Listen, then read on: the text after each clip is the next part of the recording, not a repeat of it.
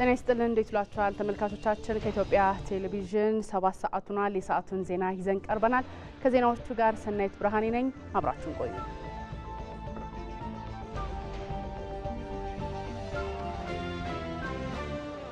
የኢትዮጵያ ፖሊስ ዩኒቨርሲቲ በዓለም አቀፍ ደረጃ ተፎካካሪ ለመሆን ይዞ የተነሳው ራዕይ ከዘመኑ ጋር እኩል ለመጓዝ የሚያስችለው ነው ሲሉ ፕሬዝዳንት ታዬ አጽቀሥላሴ ገለጹ። የኢትዮጵያ ፖሊስ ዩኒቨርሲቲ በተለያዩ መርሃ ግብሮች የፖሊስ አመራርና አባላትን አስመርቋል።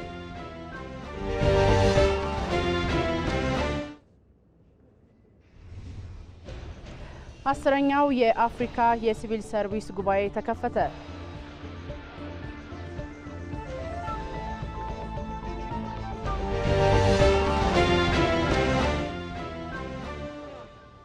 ነገ የሚጀምረው የእሁድ ቤት የመዝናኛ ሾው ላለፉት 1 ዓመት ከፍተኛ ዝግጅት ሲደረግበት የቆየና የኢትዮጵያውያን መልክ የሚያሳይ ነው ሲሉ የኢትዮጵያ ብሮድካስቲንግ ኮርፖሬሽን ዋና ስራ አስፈጻሚ አቶ ጌትነት ታደሰ ገለጹ።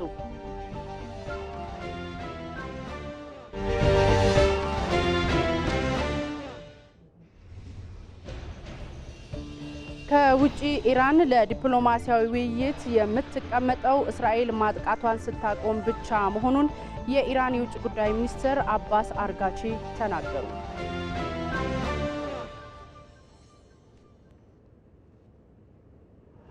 ወደ ቀዳሚው ዜና አልፋለሁ።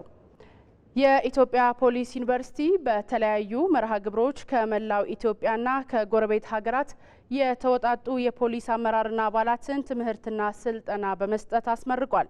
በመርሃ ግብሩ ላይ የተገኙት የኢፌዴሪ ፕሬዝዳንት ታዬ አጽቀሥላሴ የኢትዮጵያ ፖሊስ ዩኒቨርሲቲ በዓለም አቀፍ ደረጃ ተፎካካሪ ለመሆን ይዞት የተነሳው ራዕይን በማድነቅ ከዘመኑ ጋር እኩል ለመጓዝ ብዙ ስራዎች እንደሚያስፈልጉት ጠቁመዋል።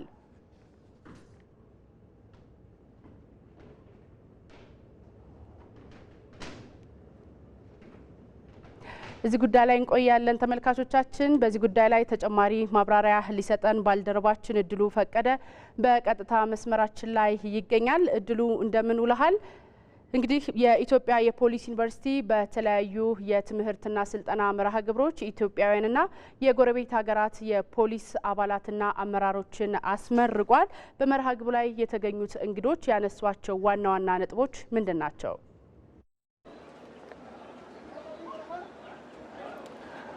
አመሰግናለሁ። እንግዲህ በመግቢያ ላይ እንዳነሳሽው በዛሬው ዕለት የኢትዮጵያ ፖሊስ ዩኒቨርሲቲ በተለያዩ መርሃ ግብሮች ለበርካታ ዓመታት ያሰለጠናቸውና ያስተማራቸውን ተማሪዎች በዛሬው ዕለት አስመርቋል። በዚህ የምርቃት መርሃ ግብር ላይ የኢፌዴሪ ፕሬዝዳንት ታዬ አጽቀሥላሴ፣ የኮሚሽነር ጀነራል ደመላሽ ገብረ ሚካኤል፣ የኢትዮጵያ ፌዴራል ፖሊስ ጠቅላይ አዛዥና እንደዚሁም የፌዴራልና የክልል ከፍተኛ ባለስልጣናት በዚህ ስፍራም ተገኝቷል። እንደዚሁም ደግሞ የዩኒቨርሲቲ የቦርድ አባላት እና ተማሪዎች እንደዚሁም ወላጆቻቸው ተገኝተው በታላቅ ድምቀት እነዚህን ተማሪዎች አስመርቋል ማለት ነው። ይህ ዩኒቨርሲቲ እንግዲህ በ1939 እንደተመሰረተ በመድረኩ ተነስቷል። በወቅቱ የፖሊስ ቁጥርን ለማብዛት እንደዚሁም የፖሊስ አገልግሎት ዘርፍን ለማብዛት እንደዚሁም በወቅቱ የነበረውን የወንጀል ውስብስብነትን ለመከላከል በዋናነት መመስረቱንም አንስተዋል። እንግዲህ ይህ ዩኒቨርሲቲ ለ78 ዓመታት በአንጋፋነት በታማኝነትና በቅንነት ህዝቡን በማገልገል ስራውን በመስራት የተለያዩ ተማሪዎችን በማስተማር በማሰልጠን እዚህ መድረሱን እንግዲህ በመድረኩ አንስተዋል ማለት ነው። አሁንም ከዚህ ዩኒቨርሲቲ ከዘመኑ ጋር እኩል ለመራመድ በርካታ ነገሮች እንደሚጠበቅበት ረገድ ሁሉ ብዙ ስራዎች መስራት እንዳለበትም እየተነሳበት ነው። በተለይም በዚህ መርሃ ግብር ላይ በክብር እንግድነት የተገኙት ታዬ አጽቀሥላሴ ከሰላም ጋር ተያይዞ ያለውን ጉዳይ ያነሱበትም ሀሳብ አለ።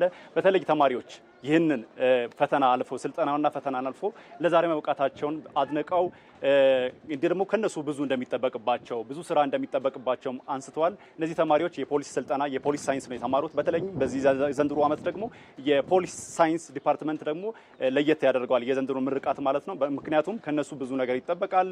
ዘመኑ በብዙ ደረጃ ላይ የደረሰበት ዘመን ላይ እንገኛለን ብለው ከነዚህ ተማሪዎች ደግሞ ብዙ እንደሚጠበቅባቸው ነው ያነሱት። ደግሞ እንደዚሁም ደግሞ የኮሚሽነር ጀነራል ደመላሽ ገብረ ሚካኤል ደግሞ እንደዚሁም ከተመራቂ ተማሪዎች በቅንነትና በታማኝነት ሀገራቸውን ማገልገል እንዳለባቸው፣ ሰላምን አጥብቆ መፈለግ እንዳለባቸው፣ የተሰጣቸውን ስልጠናና ትምህርት በአግባቡ መፈጸምና መከወን እንዳለባቸው አሳስቧል ማለት ነው። ከሰላም ጋር ተያይዞ በተለይ ክቡር ፕሬዝዳንት ያነሱት ሀሳብ በተለይ ሰላምን አጥብቆ መፈለግ ከህዝቡ እንደሚጠበቅ፣ ሰላምን ከፈለግን ብዙ ለውጥና ሰላምን ማረጋገጥ እንደሚቻል፣ ሰላምን ደግሞ ከራቅነው ከእውቀትና ከተለያዩ ነገሮች ለመራቅ እንደሚያስገድድም አንስተዋል። ስለዚህም ደግሞ ሰላም እጅግ በጣም ወሳኝ መሆኑን አንስተዋል። በመጨረሻም ፕሬዝዳንት ታዬ አጽቀሥላሴ በከፍተኛ ውጤት የተመረቀችውን ተማሪ አድንቀዋል። ካሉ ተማሪዎች 4 ነጥብ በማምጣት በከፍተኛ ብቃትና በከፍተኛ ትጋት የተመረቀችው ሴት ተማሪ አለች። እሷንም ደግሞ የሴት ተምሳሌት በማለት ገልጸዋል። በአጠቃላይ እንግዲህ ስንመለከተው የዛሬው መርሃ ግብር ከነዚህ ተመራቂዎች ብዙ ኃላፊነት ይጠበቅባቸዋል። ከሌሎች ዲፓርትመንቶች ከሌሎች ትምህርቶች የሚለያቸው የሀገሪቱን ሰላም ለማስጠበቅ ከፍተኛ ኃላፊነት እንዳለባቸው ሁሉ ይህንን በመገንዘብና በማስተዋል ለሚቀጥሉት ዓመታት ለሚኖራቸው የስራ ዘመናት ኃላፊነታቸውን በታማኝነትና በቅንነት መወጣት እንዳለባቸውም በመርሃ ግብሩ ላይ በዋናነት የተነሱት ሀሳቦች ናቸው። እድሉ ለመረጃዎችህ እናመሰግናለን። መልካም ቀን ይሁንልህ። የሐዋሳ ዩኒቨርሲቲ የተለያዩ መርሃ ግብሮች ያስተማራቸውን 4883 ተማሪዎችን አስመርቋል። ከዚህ ጋር ተያይዞ እንግዲህ የተለያዩ የምርቃት ዜናዎች አሉ። እነሱን ነው የምናስቀድመው። ዩኒቨርሲቲዎች በ3ኛ ዲግሪ፣ በ2ኛ ዲግሪ፣ በመጀመሪያ ዲግሪና በሌሎች መርሃ ግብሮች ያስተማሯቸውን ተማሪዎች ነው ለ26ኛ ጊዜ ያስመረቀው። በተመሳሳይ የሀሮሚያ ዩኒቨርሲቲ በተለያዩ የዩኒቨርሲቲ መስኮች በመጀመሪያ በሁለተኛና በሶስተኛ ዲግሪ 3295 ተማሪዎችን አስመርቋል። ዩኒቨርሲቲው ከመማር ማስተማር ስራ ጎን ለጎን ችግር ፈቺ የሆኑ የምርምር ስራዎችንና የማህበረሰብ አቀፍ የልማት ስራዎችን በማከናወን ላይ እንደሚገኝ የዩኒቨርሲቲው ፕሬዝዳንት ዶክተር ጀማል ዩሱፍ ተናግረዋል። በተመሳሳይ ወራቤ ዩኒቨርሲቲ 1561 ተማሪዎችን አስመርቋል። ተመራቂዎች በመደበኛ ሳምንታዊና የማታ መርሃ ግብሮች በቅድመ ምረቃና በድረ ምረቃ የሰለጠኑ ስለመሆናቸው ተገልጿል። ዩኒቨርሲቲው ከተመሰረተ ጀምሮ ለ5 ተከታታይ ዓመታት ከ7000 በላይ ተማሪዎችን አስመርቋል። በሌላ የምርቃት ዜና የዲላ ዩኒቨርሲቲ በመጀመሪያ በሁለተኛና በዶክትሬት ዲግሪ ያስተማራቸውን 1576 ተማሪዎችን አስመርቋል። የትምህርት ጥራትን ለማረጋገጥ እንዲሁም ዩኒቨርሲቲው ራስ ገዝን ለማድረግ እየተደረገ የሚገኝ መሆኑን ፕሬዚዳንት ዶክተር ኤልያስ አለሙ በምረቃ ወቅት ተናግረዋል። የአሶሳ ዩኒቨርሲቲም ለ12ኛ ጊዜ 1284 ተማሪዎችን በዛሬው ዕለት አስመርቋል። በምረቃ ስነ ስርዓቱ ላይ መልእክት ያስተላለፉት የአሶሳ ዩኒቨርሲቲ ፕሬዝዳንት ዶክተር ከማል አብዱል ከሪም ዩኒቨርሲቲው መደበኛውን የመማር ማስተማር ስራውን ከማከናወን ባሻገር ማህበራዊ አገልግሎቶችና ችግር ፈቺ የሆኑ ምርምሮችን እያደረገ ስለመሆኑ ተገልጿል። በመላ ሀገሪቱ የጥበብ ፍለጋ ጉዞ ላይ የቆየው የኢትዮጵያ አይዶል ለእይታ መቅረብ ሊጀምር ነው።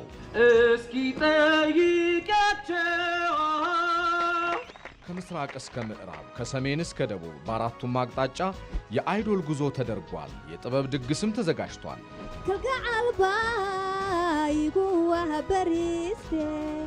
ከመላ ሀገሪቱ በህብረ ቀለማት የደመቀ የሙዚቃ ባለተሰጦች መድረክ ለጥበብ አፍቃሪያን መቅረብ ይጀምራል።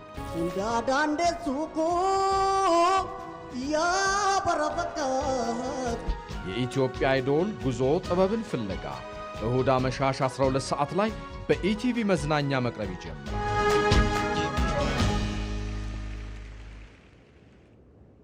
አሁን ደግሞ በቀን 16 ሰዓት በላይ በመስራት ኑሮን ለማሸነፍ ስለምታትር ወጣት ታሪክ ነው የምናጋራችሁ። በለጋ እድሜዋ አግብታ የወለደቻቸው ልጆች ለማሳደግ ብዙ የኑሮ ውጣ ወረዶችን አሳልፋለች። 2 የስራ አይነቶችንም እየሰራች እየተማረችም ነው የምትገኘው። አቤል ሙሉጌታ ከራስ አንደበት አነጋግሯታል። እሱ እንከታተል።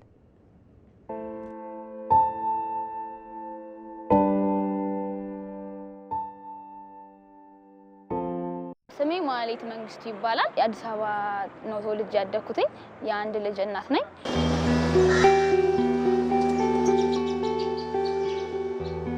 ልጄን የማሳድገው ብቻዬን ነው። ባለቤቴ አብሮኝ ነበረ ማማን እስከምወልዳት ድረስ።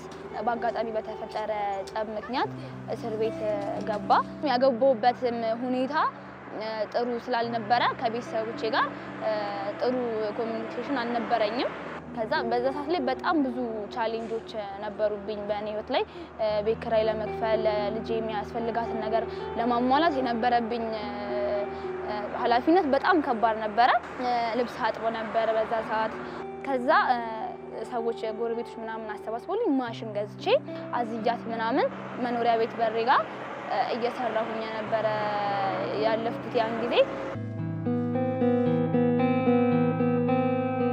በዛ ሰዓት ቺፕስ በምሰራበት ሰዓት ላይ እንትኖች የሰፈር ወረዳ ላይ ልጄን ብቻዬን እንደማሳድግ ምናምን አይተውኝ ለምን የጽዳት ስራ እንድሰራ እናረጋትም በሚል አስገብተውኝ እሱን ጠዋት 11 ሰዓት ላይ ተነስቼ እስከ 3 ሰዓት ላይ የጽዳት ስራዬን እሰራና ለልጄ ምግብ አቅርቤ አስቀምጫት ወደ ሜካፕ ትምህርት ሄድና ሜካፔን ተምሬ ስመለስ እዚህ ደግሞ የተለያዩ እርጥቦችን አዘጋጅቼ እየሰራው ህይወትን ለማሸነፍ እየሞከርኩኝ ነው። በፊት ከምሰራበት ቦታ ምቹ አልነበረም። ዝናብ ያስቸግረኝ ነበር። ልጄም ሚዝልኝ ሰው አልነበረም። በዛ ላይ ወደ ውስጥ ነገር ላይ ስለነበር በቃ ስራዬም አይታወቅም ነበር። ከዛ ሰዎች ብር አሰባሰቡልኝና እዚህ አሁን አሪፍ ቦታ ላይ ከፍቼ እየሰራው እገኛለሁ። ጽዳት ስራውን የምሰራበት ምክንያት መጀመሪያ የጀመርኩት ነበረ እና ማቆም አልፈለኩም። እንደ ትርፍ ስራዬ ነው አድርጌ የማየው። መቀጠል ስላለብኝ ስለሚጠቅመኝ አቋርጬ የነበረውን ትምህርት ከ9ኛ ክፍል ላይ አሁን የርቀት ጀምሬ እየተማርኩኝ እገኛለሁ። ኢክሩ ሜካፕ ስኩል በነፃ እድሉን ሰጣኝ ሜካፕ እየተማርኩኝ ነው እና ልመረቅ ሳምንት ነው የቀረኝ። እኔም ከሳምንት በኋላ የራሴ ቦታ ላይ መስራት ጀምራለሁ ማለት ነው። ያሳለፍኩበት ህይወት አማራጭ የሚሰጥ ህይወት ላይ አልነበርኩም የነበርኩት በሰዓቱ እና እነዚህን ሁሉ እድል ሳገኝ ባለኝ ሰዓት በሚበቃኝ ሰዓት እያብቃቃውኝ ስራ ሳይመርጡ ማሳለፍ የሆነ አሪፍ ነገር ይሰጣቸዋል። ለአእምሮም እረፍት ነው። ስለዚህ አሁን ላይ ከሌሊቱ 11 ሰዓት እስከ ምሽቱ 3 ሰዓት ላይ ኦልሞስት ወደ 16 17 ሰዓት ላይ ጊዜን በስራ ነው ማሳልፈው እና እግዚአብሔር ነገሮችን አስተካክሎልኝ ይሄን ቤት ስለከፈትኩኝ እዚህ ላይም በደንብ መስራት ፈልጋለሁ። በተጨማሪ ደግሞ ሜካፔን ልመረቅም ስለሆነ እሱ ላይም በደንብ መስራት ፈልጋለሁ የበለጠ። በተለይ ትንሽ የሆናችሁ ልጆች ይሄ ፋይሬጅ እድሜ ላይ በጣም ብዙ ከባድ ነገር አለና እኔ በዛ ሰዓት በ13 አመት ኢቭን አሁን 18 አመት ምናምን ሊሞላኝ ነው። ይሁሉ በጣም ብዙ ከባድ ከሚባሉ በላይ ፈተናዎች ነው ያሳለፍኩትና በፋይሬጅ እድሜ ላይ ቤተሰብ የሚመክረንን መስማት ይኖርብናል።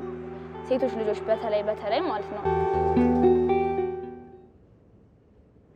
አዎ ለብዙዎች ተሞክሮ የሚወሰድበት ታሪክ ነው። እንቀጥላለን። አንድነትን በማጠናከር የሰላም ስራዎች ውጤት እንዲያመጡ መስራቱን የኢትዮጵያ እስልምና ጉዳዮች ጠቅላይ ምክር ቤት ፕሬዝዳንት ሼህ ሀጂ ኢብራሂም ቱፋ ተናገሩ። ፕሬዝዳንቱ ከኢቢሲ ጋር ባደረጉት ቆይታም ህዝበ ሙስሊሙ አንድነትን አጠናክሮ ሀገራዊ ልማትና ሰላም ላይ የበኩሉን እየተወጣ ስለመሆኑ ተናግረዋል። ባልደረባችን ሀብታሙ ተክለስላሴ ተጨማሪ ያለው እንከታተል። የክፍፍል አጀንዳ ለሀገር ሰላም ጠንቅ፣ ለተቋማት የህልውና አደጋን ጋርጦ ቆይቷል። አንድነት ደግሞ የሁሉም ጥያቄ ነው። ከኢቲቪ ጋር ቆይታ ያደረጉት የኢትዮጵያ እስልምና ጉዳዮች ጠቅላይ ምክር ቤት ፕሬዝዳንት ሼህ ሀጂ ኢብራሂም ቱፋ አንድነት የምክር ቤቱ ቁልፍ ዓላማ ሆኖ እንደተሰራበት ተናግረዋል።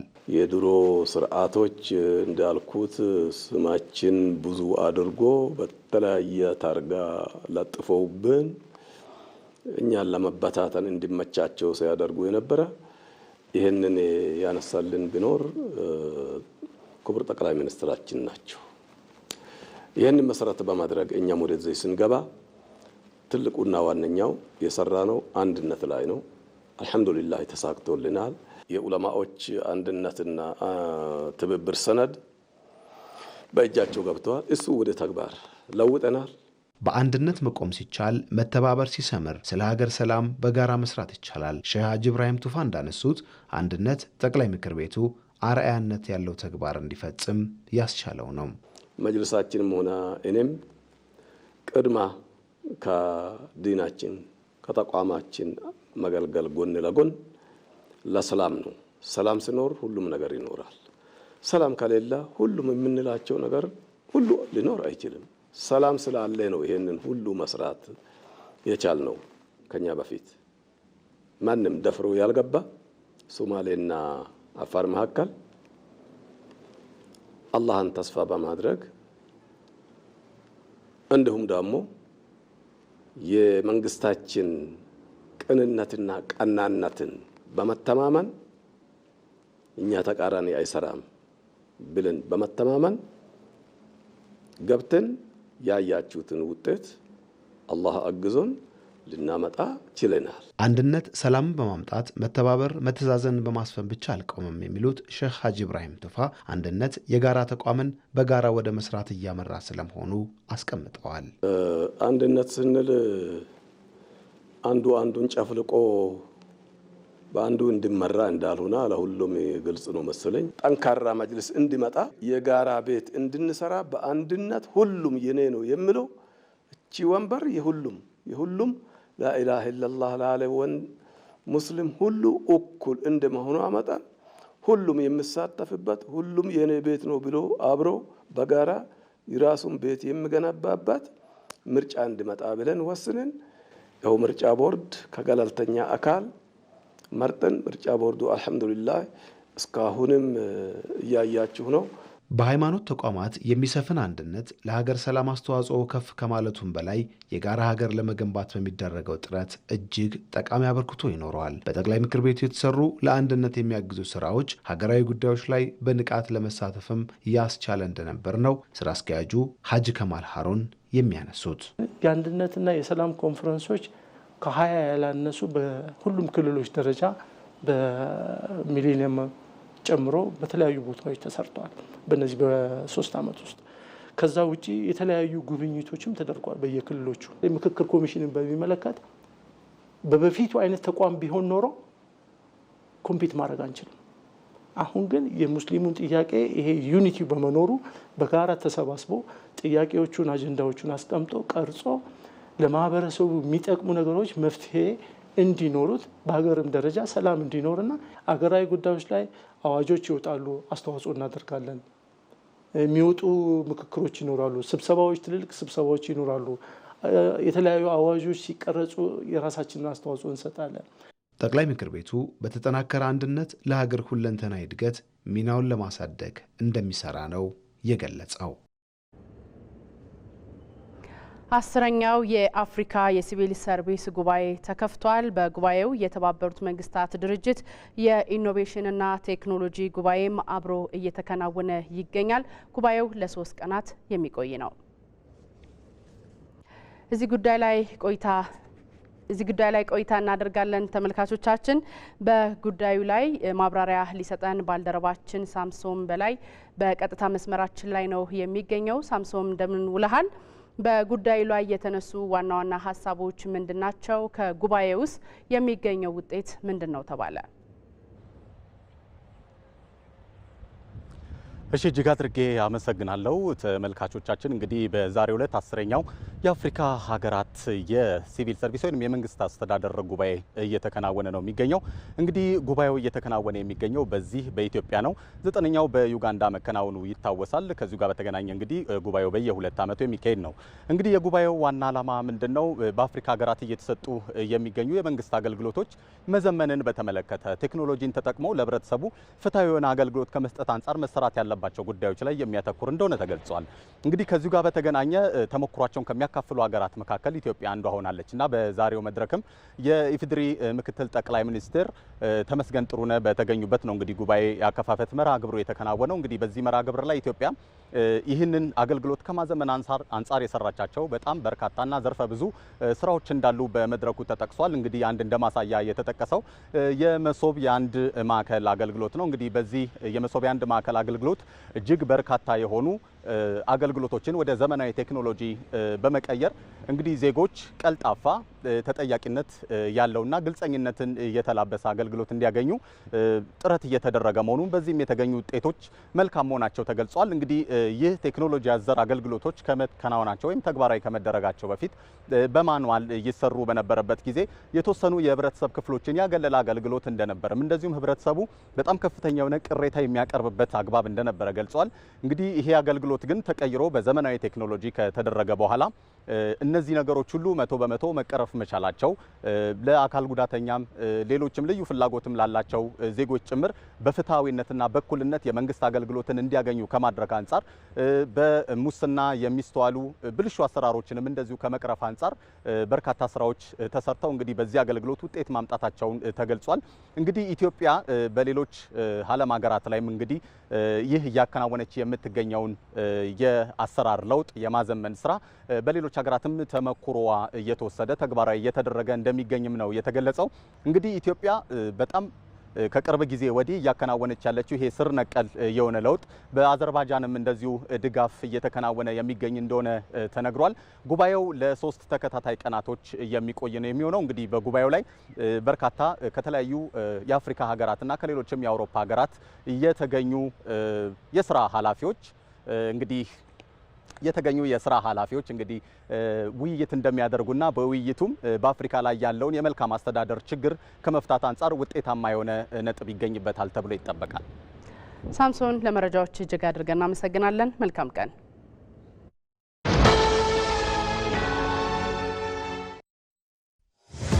የሚሰራ ሰው ጊዜ አይበቃውም። ስለዚህ ረጅሙን ጉዳይ በዘዴ ያሳጥረዋል። ወራዊ የአገልግሎት ክፍያዎቹን በቀላሉ ሲቢ ብር ፕላስ ያስታውሰዋል። ታታሪዋ ወጣት ቀኑ ይብቃቃላታል። የትምህርት ቤት ክፍያዋን ለመክፈል ሲቢ ብር ፕላስ ፍጥነት ያላብሳታል። የፈጠነ አንድ ቡና። በሥራ የተጠመደው ያሳተና የኮንዶሚኒየም ብድር ክፍያን የሚፈጽመው በሲቢ ብር ፕላስ ነው። ግብር ለመክፈል መውጣት መውረድ ቀረ። ይኸው ክፍያ ቀለለ። የትኛውንም ክፍያ ለመክፈል ካሉበት ሳይነሱ ካሰቡት ይድረሱ። የተሻሻለው የሲቢ ብር ፕላስ መተግበሪያ አዳዲስ ነገሮችን አካቶ ሕይወታችሁን ሊያቀል ካላችሁበት ደርሷል። ሲቢ ብር ባሉበት ሁሉ አለ። የኢትዮጵያ ንግድ ባንክ ሁሌም የሚተማመኑበት ባንክ። ቀጥለናል ተመልካቾቻችን። ኢቢሲ ወደ ይዘት ብሎ በጀመረው ጉዞ በዝግጅትም ሆነ በአቀራረብ ላቅ ያሉ ስራዎች ሲሰሩ ቆይተዋል ሲሉ የኢትዮጵያ ብሮድካስቲንግ ዋና ስራ አስፈጻሚ አቶ ጌትነት ታደሰ ገልጸዋል። እሁድ ቤት ላለፉት 1 ዓመት በከፍተኛ ዝግጅት ላይ የነበረና ሳቢ የሆኑ ይዘቶች የተሞሉበት የሚያዝናና ብቻ ሳይሆን በርካታ ቁም ነገሮች የሚታቀፉበት መሆኑንም ነው የገለጹት። ተጨማሪውን ባልደረባችን ህይወት አበበ አዘጋጅተዋለች። ኢትዮጵያን የሚመጥን ለቀጠናውም ለአፍሪካም ድምጽ መሆን የሚችል ተቋም መሆን የኢትዮጵያ ብሮድካስቲንግ ኮርፖሬሽን የተሰጠው የቤት ስራ ነው። ተቋሙ ይህን የሚጠበቅበትን በይዘትና አቀራረብ የቀደመና የሚደመጥ ሚዲያ ለመሆን ላለፉት ወራት ኢቢሲ ወደ ይዘት በሚል ሀሳብ የይዘት ስራዎችን ሲሰራ ቆይቷል። ከዚህ በፊት ሆኖ በማያውቅ መንገድ የኢትዮጵያ ጠቅላይ ሚኒስትር ዶክተር አብይ አህመድ ለሚዲያው ልዩ ትኩረት በመስጠት ሁላችንም የሚያኮራን አፍሪካ ውስጥ እንደዚህ አይነት የሚዲያ ኮምፕሌክስ አለ ወይ ብለው የሚደነቁበትን ኢንፍራስትራክቸር እንዲገነባ አድርገዋል። ይሄ ኢንፍራስትራክቸር እንዲገነባ ማድረግ ብቻ ሳይሆን እዚህ ኢቢሲ በተገኙበት ጊዜም እንደምታስታውሰው ኢቢሲ የራሱን ድምጽ መፍጠር አለበት፣ ፓን አፍሪካኒስት ሚዲያ መሆን አለበት የሚል ትልቅ አደራ ለባለሙያዎቹም ለአመራሮቹም ሰጥተው ነው የሄዱት። እንግዲህ ከዛ በኋላ ነው ወደ ይዘት የሚለው አጠቃላይ የለውጥ እንቅስቃሴ ውስጥ የገባ ነው። ኢቢሲ በጀመራቸው የይዘት ስራዎች አዲስ ቀን፣ ዜና ኢትዮጵያ፣ የቅዳሜ መልክና ኢቲቪ 57ን ጨምሮ በርካታ አዳዲስ የዜና ሾውና ፕሮግራሞች በአዲስ አቀራረብ ወደ ተመልካቾቹ ማድረስ ችሏል። የዚሁ አካል የሆነውና በኢቲቪ መዝናኛ ሊተላለፍ ሰዓታት የቀሩት እሁድ ቤት የዚሁ ማሳያ ነው። በኢትዮጵያ የሚዲያ ኢንዱስትሪ ውስጥ አዲስ ሊባሉ የሚችሉ ስራዎችን እየሰራን ያለ ነው። ከነዚህ ውስጥ አንዱ እኛ እንደ ሰው ነው የምናየው፣ እንደ ልጅ ነው የምናየው። የእሁድ ቤት ኦልሞስት 1 ዓመት ያህል ጥናቱም ዝግጅቱም ፈጅቶብናል። ለባለሙያውም ለአመራሩም በስራው ሂደት ውስጥ ለተሳተፉ ሰዎች በሙሉ የሚፈትን አዲስ ሀሳብ የሞከርንበት አዲስ ሀሳብ ይዘን ለመምጣት ዝግጅት ያደረግንበት በየጊዜውም ቴስት እያደረግነው ትንሽ ከሌሎች ስራዎቻችን ያቆየ ነው። ትልቅ ፎርማት ነው። የኢትዮጵያን መልክ የመሰለ ዝግጅትና አቀራረብ የተላበሰው እሁድ ቤት ሳቢ በሆነ ዝግጅት ወደ ተመልካቾች ሲደርስ ተወዳጅ የሆኑ ፕሮግራሞችን ይዞ እንደሆነ ነው የኢቢሲ ዋና ስራ አስፈጻሚ ጌትነት ታደሰ የገለጹት። እሁድ ቤት ቤተሰብ ነው። እሁድ ቤት ሀገር ነው። እሁድ ቤት የእያንዳንዳችን የኢትዮጵያውያን መልክ ነው። በእያንዳንዱ ሴግመንት ውስጥ ትዝታችንን የምናይበት የትዝታችን መልክ ነው ማለት እንችላለን። ኢቢሲ የሀገር መልክ ነው። ሀገራቸውን ትተው ለረጅም ዘመናት ውጭ ሀገር የቆዩ ሰዎች ሄሎ ኢትዮጵያ ብለን እናገኛቸዋለን። የጠፉ ብለን የምናስባቸውን ሰዎች እዚህ እሁድ ቤት ከፋሚሊው ጋር ከቤተሰቡ ጋር የሚጫወቱበት ነው። ስለዚህ አጠቃላይ ፍልስፍናውን ካየነው እሁድ ቤት በኢትዮጵያ የቴሌቪዥን የመዝናኛ ኢንዱስትሪ ውስጥ አዲስ አይነት ሀሳብ ነው የሆነው። የኢትዮጵያን አይዶል የባለተሰጥኦዎች ውድድር በሀገራችን በርካታ ከተሞች ተዘዋውሮ ጥበበኞችን ከአድናቂዎች ሊያገናኝ ነገ በእሁድም በእያንዳንዱ ቤት ሊደርስ ቀጠሮ ይዟል። እዚህ ጉዳይ ላይ ቆይታ እናደርጋለን ተመልካቾቻችን። በዚህ ጉዳይ ላይ ተጨማሪ ማብራሪያ ሊሰጡን የእሁድ ቤት አዘጋጅ አርቲስት ሚካኤል ታምሬ እዚህ ይገኛሉ። እንዴት ነው? አንቱ አልሽኝ። እሺ፣ እንዴት ነህ? ሰላም ነው። እንኳን አደረሰህ ማለት ፈልጋለሁ። ነገ እንግዲህ ለአንድ አመት ያክል ዝግጅት ሲደረግበት የነበረው በጉጉትም ሲጠበቅ የነበረው የእሁድ ቤት ነገ ሊጀምር ነው። በዚህ ላይ እስኪ ስለ ዝግጅቱ እናውራ። ለአንድ አመት ሲደረግ የነበረው ዝግጅት ምን ይመስል ነበር? ለአንድ አመት ከባድ ዝግጅት ነው ስናደርግ የነበረው። ቤት ከመስራት ጀምሮ እንግዲህ ዝግጅቱ የሚጀምረው እሁድ ቤትን ስናስብ በትልቅ ደረጃ ስለታሰበ በኢቢሲ ማኔጅመንት በጣም በትልቁ የታሰበበት ጉዳይ ስለሆነ ቤት ራሱ ከመስራት እንደምታውቂው ኢቢሲ ትልቅ ስቱዲዮ አለው። ለምንም ጉዳይ የሚሆን ስቱዲዮ ኦልሬዲ ሰርቶ ነበር። ግን ይህንን የመዝናኛ ፕሮግራም በተለየ ትኩረት አዲስ አይነት አቅጣጫ ማምጣት ስለተፈለገ አዲስ አይነት አስተያየት፣ አዲስ አይነት አቀራረብ ስለተፈለገ ቤት ከመስራት ጀምረን ከዛ የተለያዩ ይዘቶችንም ተነጋግረን በተለያዩ ፕሮዲውሰሮች ተጨምረውበት ላለፉት አንድ አመት ስንደክምበት ነበር። እንግዲህ በእሁድ ቤት ተመልካቹ ምን ይጠብቅ? ምን አዲስ ነገር ይዞ ይመጣል እሁድ ቤት? እንደምታውቂው በመዝናኛው ዘርፉ ላይ ኢቲቪ ድሮ ልጆች እያለን ጀምሮ የተለያዩ ይዘቶችን ይዞ የሚመጣ ድርጅት ነበር። ያው በብቸኝነት በነበረበት ጊዜ ማለት ነው። ለምሳሌ የእሁድ መዝናኛን በተመለከተ 120 የሚባለውን ትልቅ የመዝናኛ ፎርማት ፈጥሮ አዲስ አይነት የመዝናኛ ይዘትን ያበረከተ ነው። ስለዚህ አሁን ያንን የሚመጥን ልክ አንድ አቅጣጫ የሚለውጥ ወደሚቀጥለው ገጽ የሚያሳልፍ አዲስ አይነት አቀራረብና በተደጋጋሚ እንዳልነው መዝናኛውም እንዳለ ሆኖ ቁም ነገሩም ይኖራል። የምናስታውሳቸውም ሰዎች ይኖራሉ። ከተለያየ አቅጣጫ የምንሰራው ነገር ነው የሚሆነው። የእሁድ ቤት ትልቁ ነገር ተመልካች ይጠብቅ የምለው ለሁሉም ሰው የሚሆን ነው። እሁድ ቤት ውስጥ ያለ ማንኛውም ሰው ከአባት ከእናት ጀምሮ እስከ ልጆች ድረስ ለሁሉም የሚሆን ዝግጅት የተካተተበት ነው። የእድሜ ካታጎሪ የለውም። እንትን በዚህ እድሜ ያለ ሰው ብቻ ያየው የሚባል ነገር አይደለም። ከወላጅ ጀምሮ ቤት ውስጥ የተመሰረተ ነገር ስለሆነ ሁሉም ሰው የሚያየው እና ለሁሉም ደረጃ የሚመጥን ሆኖ የተዘጋጀ ነው። ያው እኛም በቅርበቱ ነን እያየነው ነው ምን ያህል ዝግጅት የተደረገበት እንደሆነ እናውቃለን። ያው ካንተ አንደበት ተመልካች እንዲሰማ ስለፈለግን ነው። እንዲያው በእሁድ ቤት ለሰዎች ቀረብ ያሉ ታሪኮች፣ ለሰዎች ቀረብ ያሉ ይዘቶች ነው የተካተቱበት።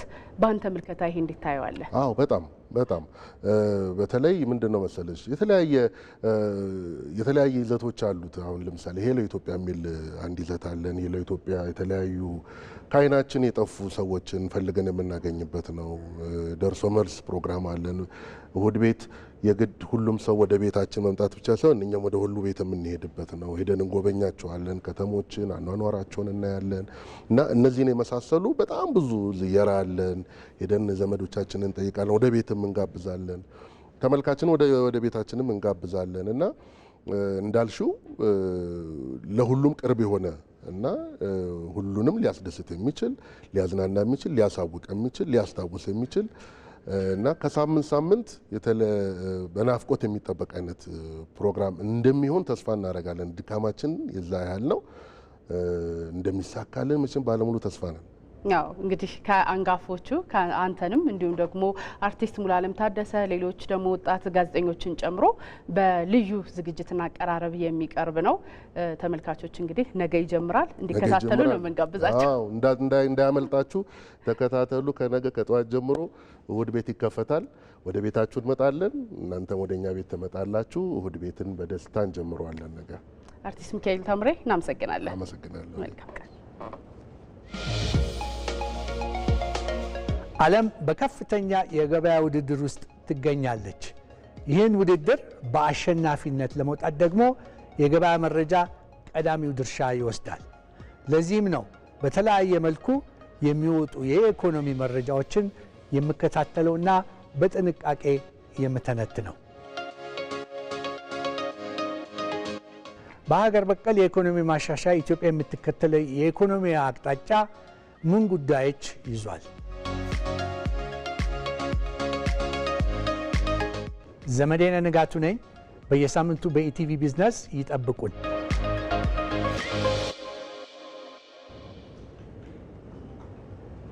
እንቀጥላለን ተመልካቾቻችን። የታሪክና የስነ ቁፋሮ ተመራማሪዎች ስለ አክሱም ጥንታዊ ስልጣኔ በብዕራቸው ብዙ ከትበዋል። ዛሬ ላይ ግን ለሀገር የቱሪዝም እድገት አስተዋጽኦ የምታበረክቷ አክሱም በጎብኚዎች ዘንድ እየተቀዛቀዘ በሚፈለገው ደረጃ አለመሆኑ እየተገለጸ ነው የሚገኘው። ባልደረባችን አልጋነሽ ተካ በአክሱም ተገኝታ የተለያዩ ቦታዎችን ታስቃኘናለች። እንከታተል።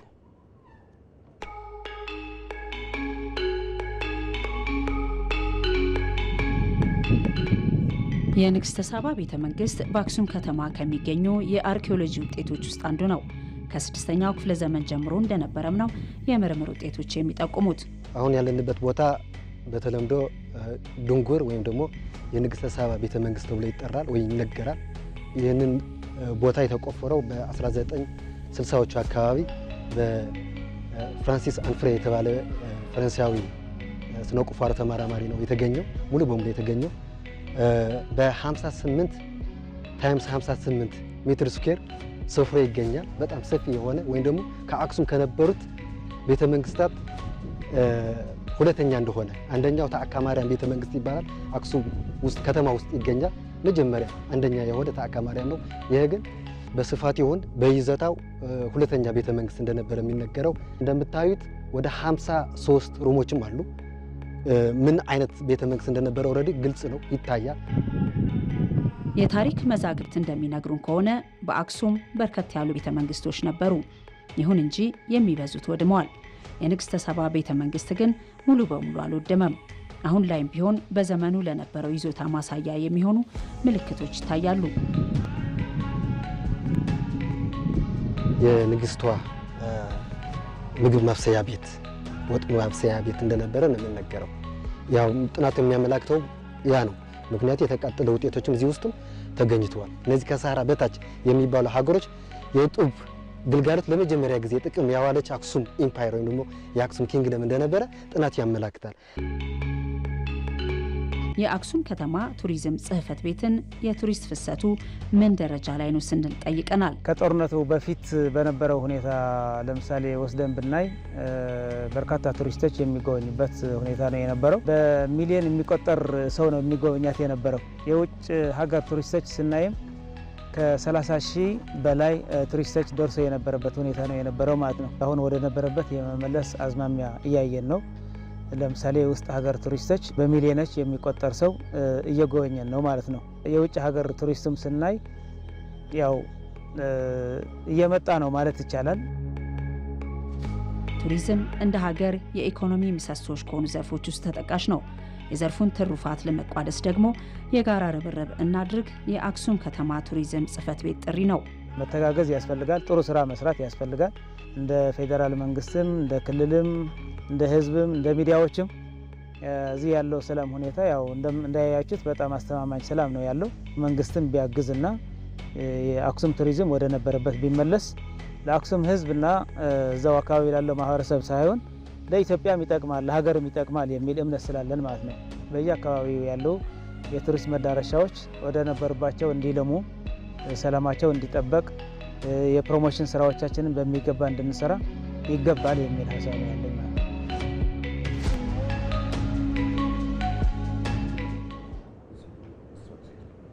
ከውጪ ኢራን ለዲፕሎማሲያዊ ውይይት የምትቀመጠው እስራኤል ማጥቃቷን ስታቆም ብቻ ነው ሲሉ የኢራን የውጭ ጉዳይ ሚኒስትር አባስ አርጋቺ ተናግረዋል።